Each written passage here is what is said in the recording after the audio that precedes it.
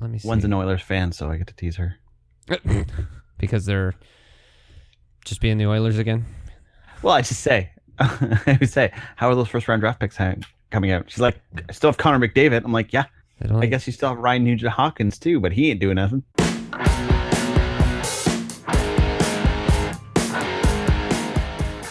Welcome back to Poutine Politics, Canadian issues served with cheese curds. My name's Adam. My name's Mike. And today, I'm going to talk about Alberta. It's been a while. Maybe since we released a podcast. But Jason Kenney always comes up with something. Well, yeah. Well, whether it's Jason Kenney, whether it's other members of his party, whatever. I mean, they're all good there. Looking at this, I don't know. Fascist regime. Well, yes, exactly, pretty much. And they've been doing some things, and we've just been talking about other stuff. And I'm okay with that, but I figured this one was something that I figured I'd talk about because I've been reading a lot about it, or seeing a lot about it at least. So I decided to read up about it and follow through. So Alberta came to the end of their spring legislative session, but as many governments tend to do when their legislative session is coming to an end, is they hammer through as much legislation, as many new laws and bills and so on and so forth as they can, which is exactly what Alberta did. Now we know kind of the route that Alberta's been going, though, right? Yes. Where it's a lot of support for the resource sector, predominantly oil and gas, but we'll say the resource sector because there's some stuff in the particular things I want to talk about that is outside of oil and gas, and then also essentially attacking the certain parts of the public sector and the social services, whether it's healthcare, education, different things like that, disability, what have you. So there's 3 bills in particular that were passed in that last week of July during a marathon session of the legislature. So they worked overnight, whatever debates and votes and blah, blah, blah, and all this stuff passed. So the first one I want to talk about is about changes to healthcare. And so this was Bill 30. So essentially Bill 30 is paving the way for the introduction of some form of privatized healthcare in the province. Okay. Or perhaps expansion of privatized healthcare, because I'm sure there was probably already a little bit of it, but this makes it more so. What the province is looking at, part of what the province is looking at doing with this bill is opening up for more access for private health clinics to provide services that would be provided generally at hospitals, like things like surgeries and things like that. And the private clinics, my understanding of reading it is that the private clinics would bill the province for it, just like the hospitals obviously do, where they get their funding from the government. The private clinics would be able to bill the province for those services as well. So I guess at least it's not necessarily that the individual goes in and has, let's say, heart surgery or something like that, and they get a big bill like what happens in the States. But as we tend to know from privatization and from governments hiring contractors and things like that, is that it's more expensive. Yes. Generally speaking, it's more expensive. I don't know the details of the deal, so it's hard to say exactly what's going on. Right. Well, and I mean, again, it's a lot of sweeping changes. Reading through the bill is not easy, but I don't know. I would have my concerns. Obviously, I'm not a citizen of Alberta, but I would have my concerns because we're seeing the beginnings of similar things in Ontario. I would have my concerns that the costs of healthcare would go up, and even though, like I said, it's not necessarily coming out of the individual's pocket when they get the service from the private health clinic, if the money to pay the private health clinic is coming from the government purse, then everybody's paying for it. And if those services are more expensive because it's a private clinic and they can charge whatever they feel like they can charge, maybe there is limitations on what they can charge, but either way, everybody's going to pay a little bit more because it's going to cost more to fund healthcare. Yeah, privatization as a whole doesn't bring down the cost for the average individual, generally speaking. I haven't seen a way that you can introduce private healthcare measures that would work. A business is out for profit. Government is out for the people, usually. Mm-hmm. And the same thing with a business. Business usually, I mean, some businesses don't, but case in point is you look at the situation with long-term care homes in Ontario. And I mean, more than Ontario, but Ontario in particular. I mean, when the decision was made to privatize plenty of long-term care in the province, it led to a lot of issues. If those private long-term care homes are getting similar, let's say if they're getting similar funding to the public care homes, a private home is trying to make a profit for its shareholders. So what does it do to make a profit? Well, it's got to cut. Yeah, something has to be less, right? So it either pays their employees less, or it cuts services, like their dials. The only way that you can truly cut costs, compared public versus private, is if the private runs at the same standard as public, but doesn't have as much government bureaucracy invading it. And this is true in some circumstances, but in most cases, it's just not. Mm-hmm. Now, one of the other things that was mentioned in Bill 30, I'm a mixed opinion on this one, but I can understand why the doctors would not necessarily want this, because it's an unrealistic view of their earnings. But one of the things that was added kind of at the last minute was creating a sunshine list where doctors would have to disclose their compensation.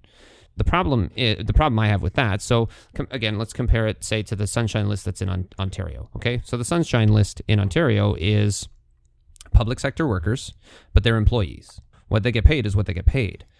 Now, doctors are self-employed. So what they get paid is not what they profit, is not their bottom line, because they've got overhead, they've got staff, they've got, different costs like that. So yeah, there might be a doctor, let's say, that bills the province $1 million during the year for services that they have rendered. But that doesn't mean that doctor's going home with $1 million. No. It would be interesting to see a sunshine list where you could see both their input and output, like how much did they get paid and how much are they taking home? Mm-hmm. Because then you would see, are they trying to take the money home, or are they trying to put their money into the business itself? But then again, I mean, why? What's the point of this? I gotta understand. Who cares how much they bill? Maybe an argument is, well, if we force them to show how much they're billing, I don't know, public sentiment, whatever, they're making too much money, and then it justifies the government cutting more. I don't know. Okay. Yeah, that's the point. So the next legislation, which is a lot smaller, is Bill 31. So Bill 31 is called the Environmental Protection Statutes Amendment Act. Now, it's not necessarily as sweeping as you might think from something called the Environmental Protection Statutes Amendment Act. You might think that there would be a lot of changes to do with environmental standards. To give you a little bit of a very brief history as to essentially why this bill came to pass. So in May, the Alberta Court of Appeal ruled that sand is a mineral under the Environmental Protection and Enhancement Act. So you think about like with a quarry or something like that, right? Okay. So, and really, I mean, there are certain environmental standards that quarries are meant to meet. There's a licensing process every year that they have to go through, paperwork that they have to fill out and submit to the government, and a fee that they have to pay for their license based on the amount of material that they are essentially selling out of the quarry. It's regulations like we've talked about before. So the Alberta Court of Appeal said that any operation that is selling sand more than 45,000 tons every year has to be regulated as a quarry instead of a pit, and which means that if they're regulated as a quarry, they have to go through a different process in regards to licensing and fees and things like that. Right. What Bill 31 did was it removed sand and gravel and I think a couple of other things from the description of being a mineral, and it also changed the description of what a pit is.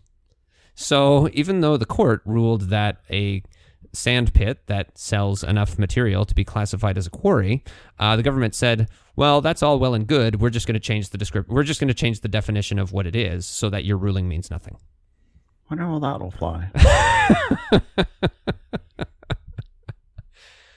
I always love when governments pass laws that the courts have ruled on, Mm-hmm. I always find those ones interesting. Like, how is this going to come down? Because yes, the government does decide the rules, but the court upholds the rules. So if you change that, I thought it should be interesting. Let it fly. I mean, again, this bill... It's going to get challenged. Oh, of course it will. It just passed. So, I mean, whatever challenge is going to happen is going to come at some point soon. But one of your favorite MLAs, Jason Nixon, he says, yes, he says this bill will provide clarity and consistency for those in the sand and gravel industry while still maintaining stringent environmental protection regulations. Why does he lie? Because he can. Because people believe him. I don't understand. Like, do the conservative spin, not the blatant lie. Yeah. That's a blatant lie. Yeah. Like, do the conservative spin, say, hey, this will definitely help out our resource sector because it eliminates government red tape, our bureaucracy red tape, and it will be beneficial to the economy and, well, not greatly impacting the environment. That's how you spin that, kid. But this garbage about that it's going to... No, it's not going to improve anything. You're just lying. Well, I could give you his actual quote, and maybe you'll think the actual quote sounds a bit more like conservative spin, but job creators should not need interpreters to understand legislation and regulatory laws. That's why the government is taking action to ensure that sand and gravel operators have clear definitions that are accurate in legislation. He's such an ogre. So then that brings us on to Bill 32. The bill is called the Restoring Balance in Alberta's Workplaces Act. Oh boy. Now this is classified as an omnibus bill because of the size of it. So I didn't read the bill. I'm like, okay, since this is going to be a whole bunch of blah, blah, blah, blah, blah for me to read, how about I just go and find a couple of websites about it to see what's going on here. Now, so I pulled up the website of a law firm that kind of went over some of the changes that they decided they were going to highlight. Okay, now it's going to sound a little partisan the way that they've written it, but I figured that's okay in this situation. They've broken down the three major segments of the bill, and they've called them as such. So the first one is called the Punish Unions Amendments, as they call it. Shocking. Now, this is not what the government's called it. This is what the law firm has called it. But anyway, so they called it the Punish Unions Amendments. Essentially, from what I was reading, is it requires unions to receive each individual member's consent to collect the portion of their dues not related to core representational activities. The unions have to release their financial statement information to their members. Union picketers will not be allowed to obstruct or impede anyone attempting to cross a picket line. Unions will be required to seek permission before conducting secondary picketing, and they have to get that permission from labor relations boards. So and this says here appears to be designed to render picketing ineffective at inflicting economic pain on the employer, which is a central purpose of strikes. So they're banning picketing is what they're doing.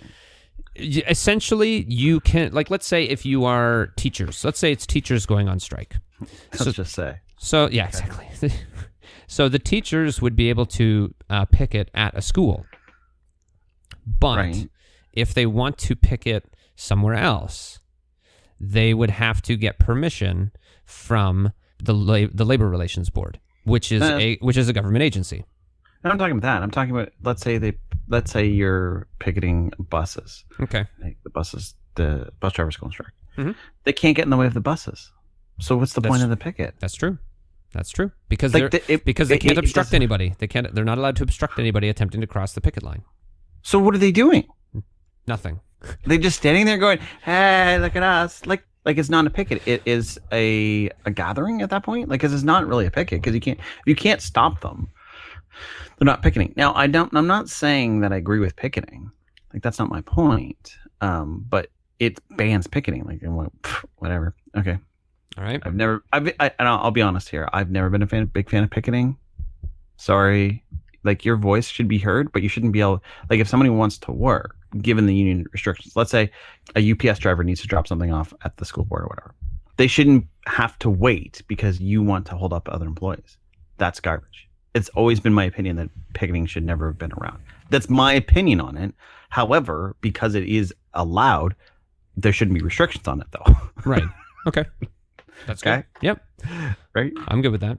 Okay. So then the second section, or the second bucket, as this website has defined it, is called the insidious damage amendments. God, I love this website. Okay, carry on. Okay. The exact opposite of whatever the Alberta government called it. Well, of course.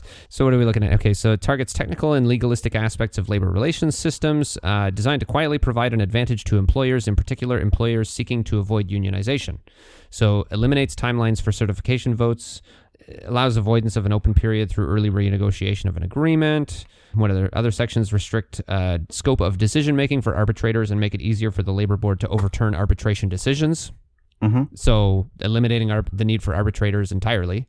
So once again, you are doing whatever you possibly can to kill unions. And then the third bucket that this website has put is called the Take Advantage of Vulnerable Workers Amendments. Beautiful. So in Alberta, I guess there was a rule in regards to overtime pay, and that overtime pay would be based on an average of the hours that you worked over a 12-week period. Okay. So you weren't necessarily guaranteed, I guess, to get paid overtime all the time. But obviously, since it was a 12-week period, there was a good potential of getting overtime, especially if you were working, 60 hours a week over that 12 weeks. It's like, well, you're going to get paid overtime for that in that 12 weeks, right? Because you're over whatever the legislative requirement is. So part of this is the averaging has been changed from 12 weeks to 52 weeks. Okay. So if it turns out that over the course of the year, you don't average, or your average hours per week does not go over overtime, you don't have to get paid overtime. So, yeah, that's something. Bill 32 also makes it easier to lay off workers by reducing notification requirements, increases the time period where no severance is required, and excludes seasonal and contract workers from notification requirements. So seasonal and contract are no longer. Wow. Yeah. Well, I mean, contract I can understand because you should know when your contract is coming to an end. But I guess at the same time, what this might be saying is that if an employer decides to lay you off before your contract is over, they don't have to notify you that they're going to do that. Yeah, I don't know, but I just don't know the rules as far as contracts, how they would do that. Yeah. Generally speaking, because I know something. But seasonal workers, the number of loopholes that businesses can drive those through is just amazing. Yep. Like, this is where some right wing, and I use air quotes with that, right wing people say that this is regulation that hurts business. Mm-hmm. And I'm like, no. This is regulation that was brought in because businesses are out there to make money, and they will do it at the expense of employees. Yeah. And don't tell me that you need to have these things to work, because Sweden and other places like that do just quite fine without them. So what's your excuse? Yeah. You're just trying to make millionaires and billionaires richer. That's what you're doing. Yep. In my opinion, free market capitalism, there wouldn't be regulations. Yeah, sure. There wouldn't be regulations, but there wouldn't be any regulations, right? Like, it wouldn't benefit the business necessarily. Employees could go wherever they want to and things like that. So it's not the same. So, yeah. Yep. And free market capitalism also says unions have as much rights as the business does too. So a business doesn't have to produce their statements to their employees, but a union has to do it for their union members. Right. How's that fair? Right. And right? That's the thing that I want to make sure is clear to people.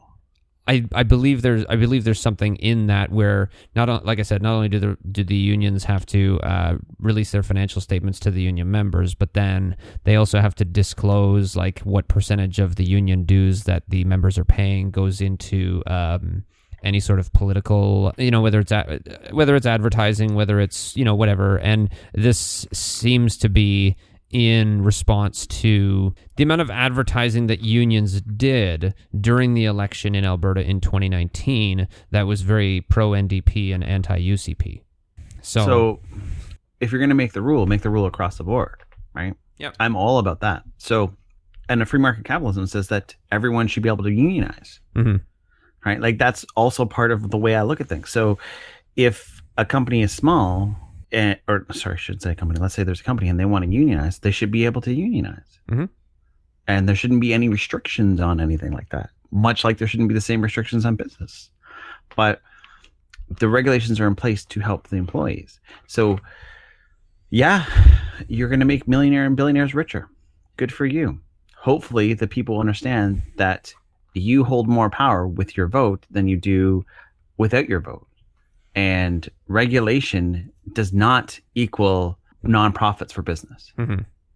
Like, you can look at other countries where regulations are rampant in comparison to certain places, and they still make money. So, like, don't tell me that. Mm-hmm. Like, I don't want to hear that argument. That argument is just false. Yep. Free markets do work, but free markets need regulations to work. Now, I get why people have problems with unions. Like, I was a part of a union that doesn't work, but unions only exist because the government's not doing it. Mm-hmm. If government worked correctly and actually benefited people as a whole, a union wouldn't have to exist. Yep. And that's the scary truth. Yep. Because a lot of the things, like, unions exist so that way employees can get holidays. Yep. Because the government won't regulate it. Well, regulate it then. Make it so that way every single employer has to give a certain number of holidays to their employees. Mm-hmm. And don't make it a cashable out where they have to, they can get the payment out if they choose to. No, they get it. You get the days off. Right? Yeah. Like, you get the time off. Yep. I mean, so we're like, well, it's not fair. I mean, I'd rather work. Well, yeah, you might rather work. But the problem is that there's too many people that would rather take the time off. They don't get to choose that. Yeah. And they have to work, and then they just get paid out. Well, it's easy enough to make something like that voluntary anyways, right? Like, I worked at Walmart. Walmart's not union. And then, there was one year where it's like, okay, well, because we've got the Boxing Week sale coming up, we need people to come in on Christmas Day to work to help get stuff set up. And I'm like, yeah, okay, sure, I'll work Christmas Day. But I volunteered to do it. Yeah, that's what union is, a stopgap for the government when the government is not there. Is the way I look at things. Now, the reason why unions don't work, or people, I shouldn't say unions don't work, people get upset with unions is because unions protect the individual at the detriment of the company and the detriment of the workforce. Right. And that's where people get upset, is because you'll see somebody who doesn't deserve a promotion that gets promoted based on their seniority, which everyone knows is garbage. Right. So this is where, I can understand people that have been in unions, people that don't like unions. This is where it comes from, mm-hmm. because unions often detriment the workforce. And you see that, and you see it once, and then it can make you not want unions for the rest of your life. Yeah. But at the same point in time, oh, wait, is that same union making sure that, I get paid extra for certain days, that I get my overtime pay, that, all these different things are, they're the ones that do that. Mm-hmm. Because the government won't. No. Too controversial. No, exactly. Well, I mean, there might be a government out there that supports those kinds of things, but then it's either there's certain backlash, or let's say the next election the other party gets in, they'll just reverse those changes because they don't agree with them, kind of thing, or whatever. If a political party wants to say, hey, you have to release your financial statements and who you're backing. Same with the business itself. Right? Both have to.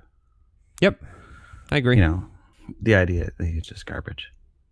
But, it's just Alberta being Alberta. And Alberta will continue to be Alberta because people think that that's what makes Alberta the highest GDP in Canada. No. Oil makes Alberta the highest GDP in Canada. If you think it's anything else, you're crazy. Yep, pretty much. And when oil goes away, Alberta goes away too.